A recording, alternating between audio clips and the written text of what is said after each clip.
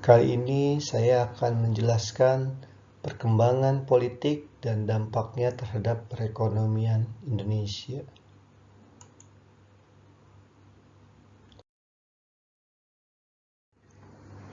Pada pembukaan, saya ingin menyatakan bahwa sejak peristiwa sejarah mencatatkan namanya dalam lembaran waktu, politik dan ekonomi telah menjadi dua kekuatan tak terpisahkan yang membentuk nasib suatu bangsa. Indonesia, dengan beragam peristiwa bersejarahnya, tidak luput dari pengaruh kuat yang dihasilkan oleh perpaduan kedua elemen ini. Sejarah panjang negeri ini telah menyaksikan bagaimana perpolitikan berdampak langsung terhadap perekonomian Indonesia. Dalam berbagai masa periode politik, Indonesia telah mengalami perjalanan berliku yang membentuk jalur perkembangan ekonominya.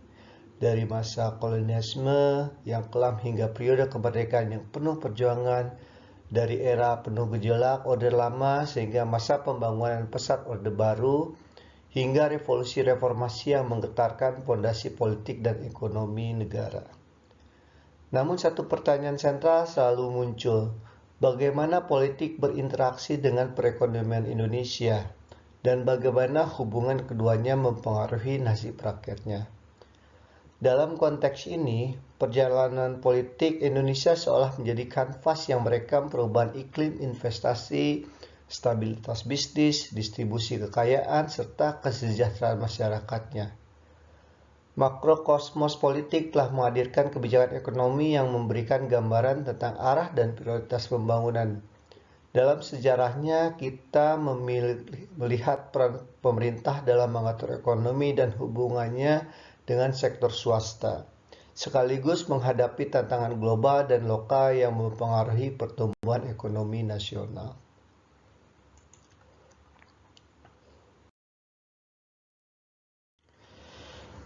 Kita akan membahas tentang perkembangan politik dan ekonomi pada awal kemerdekaan dan Orde Lama, lalu pada masa Orde Baru, pada masa reformasi, perkembangan politik dan ekonomi di masa sekarang, dan juga penutup.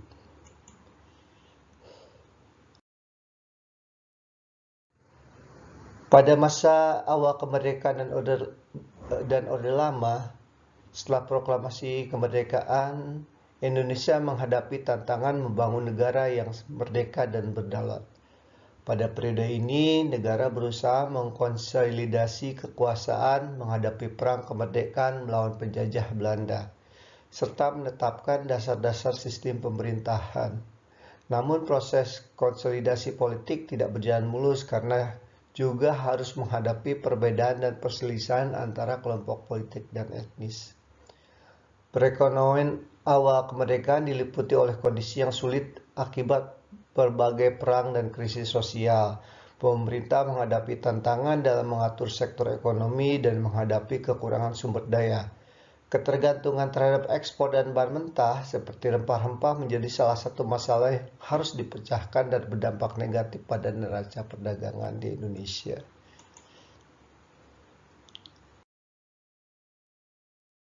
Pada tahun 1959, Indonesia menerapkan sistem demokrasi parlementer setelah mengubah Undang-Undang 45 menjadi Undang-Undang Sementara 50. Pada periode ini, partai-partai politik memiliki peran yang kuat dalam politik Indonesia. Namun, stabilitas politik mulai terganggu akibat persaingan politik yang mungkin meningkat dan perpecahan antara partai-partai besar. Tahun 65 terjadi peristiwa G30 SPKI yang mengguncang politik dan mengarah pada jatuhnya kekuasaan Soekarno. Ekonomi pada era itu diwarnai oleh kebijakan ekonomi sosialis dan nasionalis yang dikenal sebagai nasionalisasi desentralisasi. Pemerintah mengambil alih sektor ekonomi penting dan mendorong pembentukan koperasi untuk mengurangi dominasi perusahaan swasta asing. Meskipun ada upaya untuk mengurangi pengaruh asing, sektor swasta nasional belum sepenuhnya mampu mengisi peran yang ditinggalkan oleh perusahaan asing. Pertumbuhan ekonomi terhambat dan muncul masalah inflasi dan defisit anggaran. Dan hal ini jugalah yang menjadi salah satu penyebab faktor turunnya Soekarno dari puncak pemerintahan.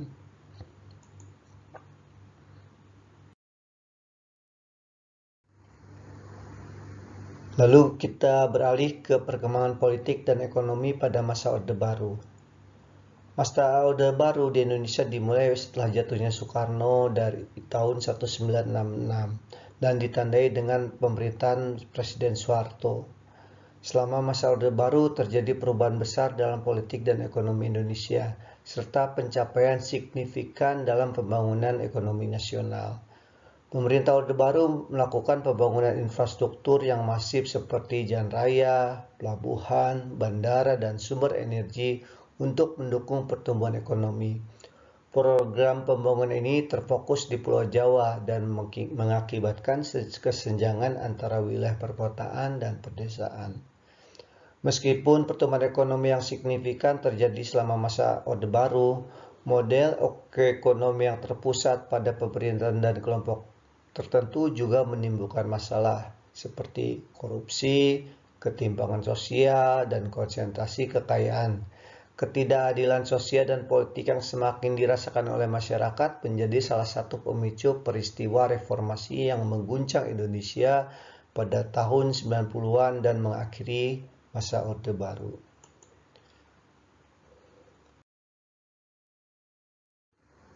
Pemerintahan Orde Baru menekankan stabilitas politik dan keamanan sebagai prioritas utama.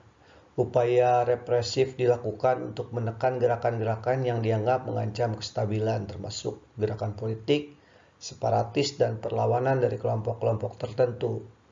Pemerintah Orde Baru didominasi oleh militer dan penguasaan kuat oleh Presiden Soeharto. Partai politik dibatasi dan diawasi ketat sehingga hanya ada satu partai politik yaitu Golkar, sementara partai yang lain dianggap sebagai partai oposisi lemah. Dalam hal kebijakan ekonomi, ada 3 hal yang penting yang dilakukan oleh pemerintahan kala itu. Yang pertama adalah kebijakan pembangunan, di mana pemerintah Orde Baru menerapkan kebijakan pembangunan yang dikenal sebagai trilogi pembangunan, yaitu stabilitas politik, pertumbuhan ekonomi, dan keadilan sosial. Kebijakan ini bertujuan untuk mencapai pertumbuhan ekonomi yang tinggi yang berfokus pada sektor industri dan pertanian. Lalu pengaturan perekonomian, di mana pemerintah berperan besar dalam mengatur sektor ekonomi dan melakukan intervensi melalui badan-badan seperti Bulog, Bimas, dan untuk mengatur produksi ketat dan pangannya. Ada juga kebijakan investasi asing, di mana pemerintah memfasilitasi masuknya investasi asing dan memberikan insentif bagi perusahaan-perusahaan asing. Hal ini menyebabkan masuknya modal asing dan pertumbuhan ekonomi yang sangat pesat.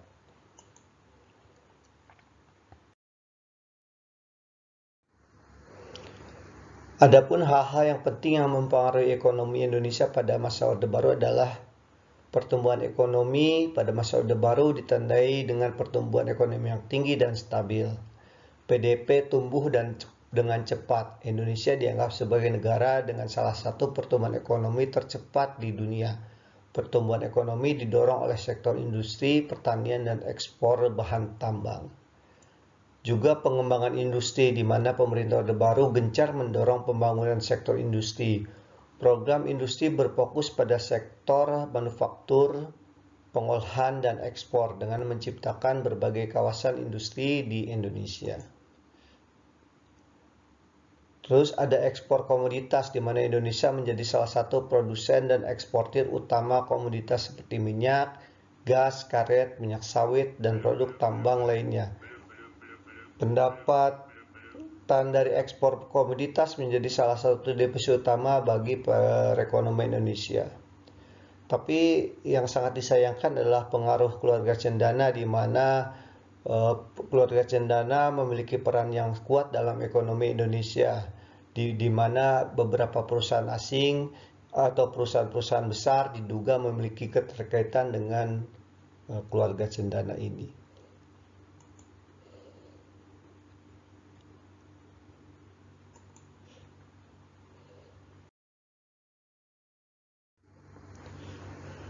Di masa sekarang, secara keseluruhan pasca reformasi hingga sekarang, Indonesia mengalami perubahan dalam politik dan ekonomi. pembangunan demokrasi berkelanjutan, sementara perekonomian berusaha mengatasi berbagai tantangan dan mencari peluang untuk pertumbuhan ekonomi yang berkelanjutan. Tantangan besar seperti pengentasan kemiskinan, kesenjangan sosial, dan penguatan sektor manufaktur masih menjadi fokus perhatian pemerintah dalam pembangunan masa depan Indonesia yang lebih baik.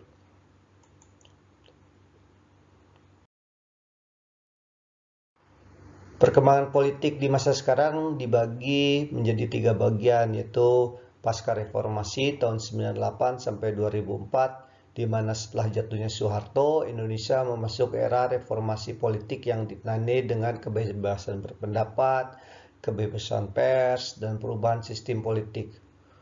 Undang-Undang 45 mengalami amandemen yang memberikan otonomi daerah dan menghapuskan jabatan MPRS dan DPR gotong royong.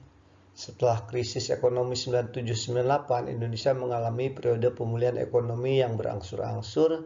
Beberapa reformasi ekonomi dilakukan termasuk perbaikan dalam sektor perbankan dan kebijakan fiskal. Lalu konsolidasi demokrasi diperkirakan tahun 2004 sampai 2014, di mana pemilihan umum yang bebas dan adil menjadi ciri utama di periode ini. Presiden dipilih langsung oleh rakyat dan partai-partai politik berkembang dengan kebebasan yang lebih besar. Meskipun demikian, ada tantangan dalam menjaga stabilitas politik dan mengatasi korupsi di Indonesia. Indonesia mencatat pertumbuhan ekonomi yang relatif stabil dan tinggi selama periode ini. Kebijakan makroekonomi yang prudent dan potensi sumber daya alam menjadi pendorong pertumbuhan ekonomi yang positif. Lalu di era Presiden Jokowi tahun 2014 sampai sekarang. Sejak Presiden Jokowi terpilih sebagai presiden pada tahun 2014 dan kembali terpilih untuk periode kedua pada tahun 2019, pemerintahan Jokowi menekankan pada pembangunan infrastruktur dan peningkatan kualitas hidup rakyat, serta reformasi birokrasi dan investasi di segala manufaktur. Pemerintah Jokowi memiliki fokus pada pembangunan infrastruktur termasuk pembangunan jalan tol, bandara, pelabuhan, dan proyek-proyek strategis lainnya. Selain itu, upaya dilakukan untuk mendorong investasi di sektor manufaktur dan meningkatkan iklim investasi. Namun, pandemi COVID-19 yang dimulai pada awal 2020 telah memberikan dampak besar pada perekonomian Indonesia. Sejumlah sektor terdampak secara signifikan, termasuk pariwisata, perdagangan, dan sektor informal. Pemerintah tetap berupaya mengatasi dampak ekonomi dengan stimulus fiskal dan kebijakan pemulihan.